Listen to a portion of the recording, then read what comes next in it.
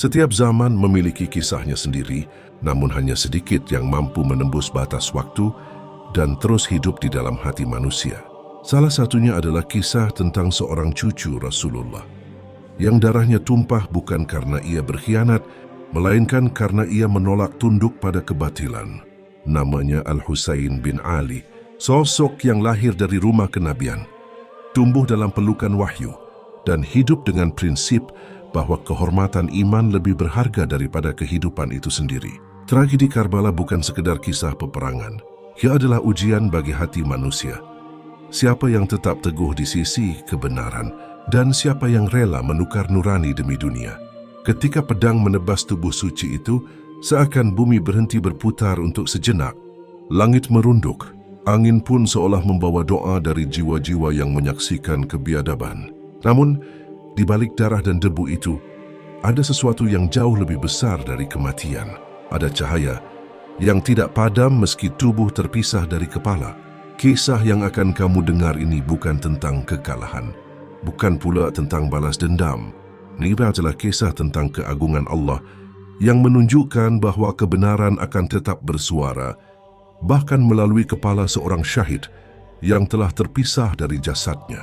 Dan seperti cahaya yang tak pernah padam, kisah ini mengingatkan kita bahwa cinta kepada Rasulullah dan kepada keluarganya yang suci adalah jalan yang membawa kita pulang kepada cahaya itu sendiri.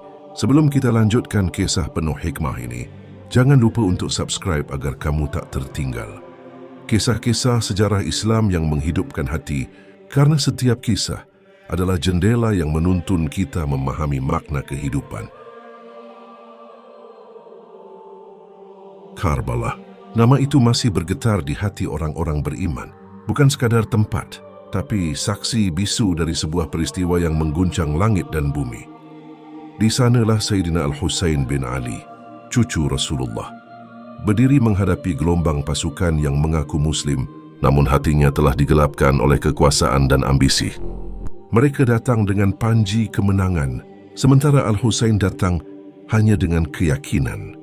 Tak ada bala tentara besar, tak ada kekuatan dunia, hanya keluarga dan beberapa sahabat yang setia. Tapi di matanya dunia bukan ukuran kemenangan, karena yang beliau perjuangkan bukan tahta, bukan kekuasaan, melainkan kemurnian agama dan kehormatan umat yang hampir hilang di bawah bayang-bayang tirani. Hari itu matahari terasa berat, angin membawa aroma pasir dan darah. Ketika pedang terhunus dan panah melesat, langit Karbala menjadi saksi betapa cinta sejati kadang menuntut harga yang tinggi. Al-Husain menatap satu persatu pengikutnya yang gugur. Ia memeluk anak-anaknya, mengusap kepala mereka yang ketakutan.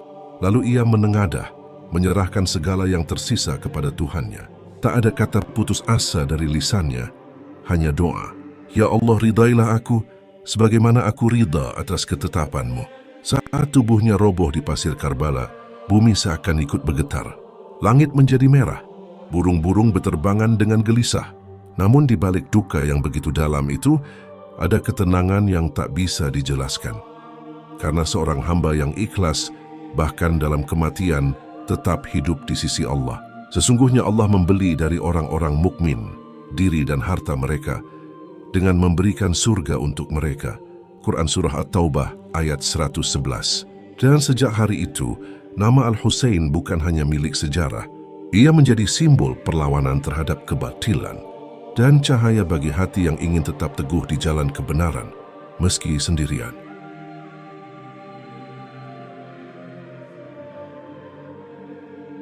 Setelah peristiwa Karbala, senyap menyelimuti padang pasir. Angin berhembus pelan, membawa sisa debu yang masih beraroma darah suci. Tubuh-tubuh para syuhada dibiarkan tergeletak, sementara kepala Al-Husain dipisahkan dari jasadnya. Bukan untuk dimuliakan, tetapi dijadikan tanda kesombongan bagi mereka yang telah buta oleh dunia. Pasukan yang membawa kepala itu berjalan dari Kufah menuju Damaskus. Mereka berarak dengan sorak-sorai, seakan mengusung kemenangan besar. Namun setiap langkah mereka terasa berat karena langit tak lagi ramah kepada orang yang menumpahkan darah cucu Rasulullah. Malam-malam terasa dingin, dan di setiap tempat mereka singgahi, suasana seolah dilingkupi sunyi yang tak biasa. Dalam perjalanan itu, mereka berhenti di dekat sebuah biara tua. Biara itu berdiri di antara batu-batu senyap, dihuni oleh seorang pendeta yang telah lama mencari kebenaran. Dari jendela kamarnya yang kecil, ia melihat cahaya turun dari langit. Cahaya yang lembut namun menembus hati. Ia mendengar suara lirih seperti tasbih yang dilantunkan dari tempat yang tak terlihat. Dan di antara suara itu, terdengar salam yang menenangkan jiwa. Hatinya bergetar. Ia tahu ada sesuatu yang luar biasa di luar dinding biaranya malam itu. Sementara di luar, pasukan itu menancapkan kepala Al-Husain di ujung tombak. Mereka berpesta, menertawakan sesuatu yang seharusnya mereka tangisi. Namun Allah tidak membiarkan kebenaran diam. Pada dinding biara itu, muncul tulisan bercahaya. Apakah umat yang membunuh Al-Husain masih mengharap syafaat kakeknya pada hari kiamat? Tulisan itu lenyap seketika, meninggalkan ketakutan di antara para prajurit yang semula bergembira.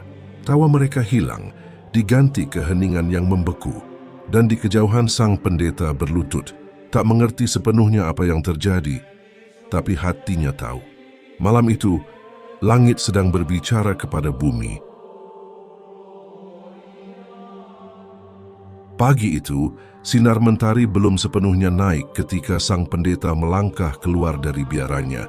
Langkahnya pelan, namun hatinya terasa bergetar. Ia teringat cahaya semalam, tulisan yang muncul di dinding, dan suara yang terdengar, seakan berasal dari dunia yang tak bisa dijangkau oleh mata manusia. Di hadapannya berdiri para pasukan yang menjaga sebuah kotak kayu. Dengan nada hati-hati ia bertanya, "Apa yang kalian bawa di dalam kotak itu?" Salah seorang dari mereka menjawab, "Itu adalah kepala seorang pemberontak bernama Al-Husain bin Ali." Nama itu membuat sang pendeta terdiam. Ia menatap mereka lama, lalu berkata lirih, "Benarkah Al-Husain bin Ali, cucu dari Muhammad, utusan Allah yang disebut dalam kitab kami?" Mereka tidak menjawab, hanya menatap heran. Dalam hatinya, pendeta itu tahu ia sedang berdiri di hadapan sesuatu yang jauh lebih besar daripada dirinya sendiri. Dengan lembut ia memohon, "Izinkan aku melihatnya. Hanya sebentar, aku akan memberikan apapun yang kalian minta." Pasukan itu ragu, hingga akhirnya menerima tawarannya. 10.000 dirham sebagai ganti waktu yang ia minta. Pendeta itu membawa kotak itu ke biaranya. Ia menutup pintu, menyalakan lampu kecil, dan membuka penutupnya dengan tangan gemetar. Di dalamnya tampak wajah seorang lelaki muda. Wajah yang masih memancarkan ketenangan. Meski telah terpisah dari jasadnya, air mata pendeta itu jatuh perlahan. Ia menyentuh rambut yang masih basah oleh darah dan berkata dengan suara bergetar, "Wahai kepala yang mulia, aku telah membaca tentangmu dalam kitab-kitab kami. Aku tahu engkaulah cucu dari Nabi terakhir yang membawa kebenaran. Bagaimana mungkin umat yang mengaku mengikutinya sanggup membunuh darah dagingnya sendiri?" Ruangan seketika hening, namun dalam hening itu, pendeta mendengar suara yang tak berasal dari dirinya. Lembut namun penuh wibawa. "Aku adalah Al-Husain bin Ali, putra Fatimah Az-Zahra, cucu Rasulullah Muhammad. Aku dibunuh di Karbala, di tangan orang-orang yang mengaku beriman." Pendeta itu tertegun, suaranya tak sanggup keluar. Dadanya bergetar hebat, air matanya tumpah tanpa ia sadari. Ia berlutut di depan kepala suci itu, lalu berkata lirih di antara isak, "Demi kebenaran yang kini menyentuh hatiku, aku bersaksi tiada Tuhan selain Allah dan Muhammad adalah utusannya." Sejak saat itu, pendeta itu meninggalkan biaranya, meninggalkan dunia lamanya, dan melangkah menuju cahaya Islam. Ia tak tahu kemana hidup akan membawanya, tapi hatinya kini tenang, karena ia telah menemukan kebenaran yang selama ini ia cari. Maka Allah memberi petunjuk kepada siapa yang Dia kehendaki menuju cahayanya. Quran Surah An-Nur ayat ke-35. Kisah ini mengajarkan kita bahwa kebenaran tidak selalu bersuara dengan keras. Kadang ia datang dalam keheningan, melalui air mata, melalui hati yang tersentuh oleh cahaya. Sayyidina Al-Husain tidak mati karena orang yang hidup di jalan Allah tidak pernah benar-benar pergi. Cahayanya tetap hidup, menuntun hati yang masih ingin mencari. Dan janganlah kamu mengira orang-orang yang gugur di jalan Allah itu mati. Bahkan mereka hidup di sisi Tuhannya, mendapat rezeki. Quran Surah Ali Imran ayat 169. Semoga kisah ini menjadi pengingat bahwa di balik setiap luka, ada cinta yang Allah abadikan untuk hamba-hambanya yang ikhlas. Dan semoga kita termasuk di antara mereka yang mencintai keluarga Rasulullah dengan cinta yang melahirkan iman, bukan sekedar air mata. Wassalamualaikum warahmatullahi wabarakatuh.